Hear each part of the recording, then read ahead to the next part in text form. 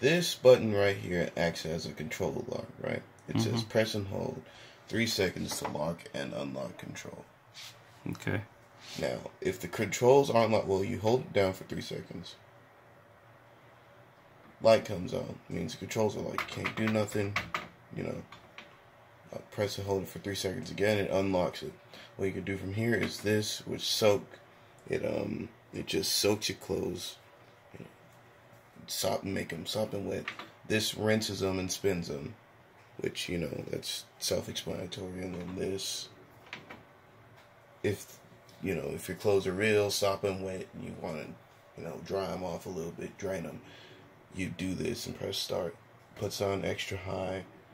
It just spins them real fast, gets some of the water out of them, so you can dry them in the dryer. Okay. And I need to turn it off. you press that button to turn it off. Okay.